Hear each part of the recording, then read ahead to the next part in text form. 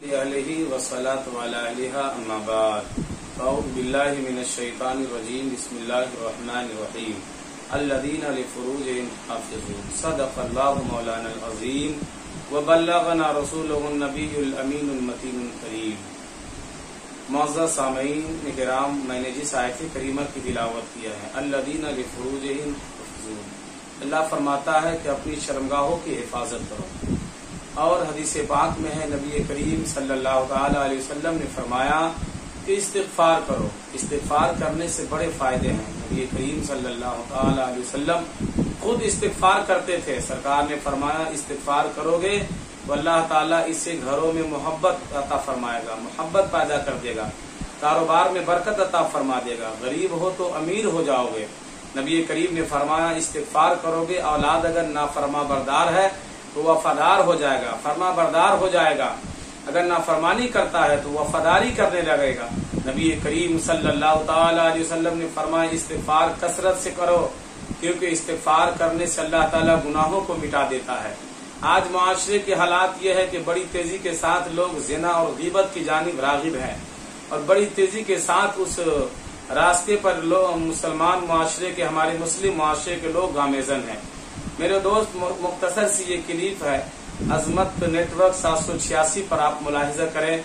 हजरत इमाम अहमद बिन हम्बल रज़ियल्लाहु ताला अन्हु हैं। आप किसी रास्ते से गुजर रहे थे और मस्जिद बगल में मिला, आप जा करके मस्जिद में दाखिल हो गए। मगरिब की अजान हो गई, आप नमाज पढ़ लिए, वहीं पे तस्बीह और तहलील में लग गए। ऐशा की अजान हुई, ऐशे की नमाज कंप्लीट करने के बाद आप सोच रहे थे दिल ही दिल में कि मैं रात इसी मस्जिद में गुजार लेता हूँ, सुबह फजर की नमाज पढ़ करके मुझे जहाँ जाना है मैं चला जाऊंगा। इतने में मस्जिद का खादिम आया और कहा बाबा आप मस्जिद से निकल जाएं, क्योंकि रात में यहाँ रहने का किसी को अलाउड है नहीं। हजरत इमाम अहमद बिन हम्बल रज़ियल्लाहु ताला अन्हु ने रिक्वेस्ट किया, लेकिन उसने माना नहीं। आप मस्जिद से बाहर निकलते हैं, कुछ दूर जाते हैं तो एक नौजवान का दुकान है, नान बाई की दुकान, जो नान बाई यानी रोटी पका करके आटे की, वो लोगों से फरोख्त करता था, बेचता था। हजरत इमाम अहमद बिन हम्बल है। आप वहां जाते हैं, जाने के बाद आपने उस नौजवान से फरमाया कि बेटा ठंडी का मौसम है, सर्दी का मौसम है, क्या मैं इस चूल्हे के करीब बैठ सकता हूँ?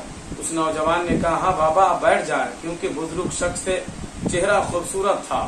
उस नौजवान को हजरत इमाम अहमद बिन हम्बल क्या देखते हैं कि आटा वो नौजवान गूंद रहा है, आटा गूंदने के दौरान वो सिर्फ इस्तिग़फ़ार कर रहा है। हजरत इमाम अहमद बिन हम्बल मुस्कुराने लगे और फरमाते हैं कि बेटा इससे तुझे कुछ फायदा मिला है जो तू इस कसरत के साथ इस तरह इस्तिग़फ़ार कर रहा है?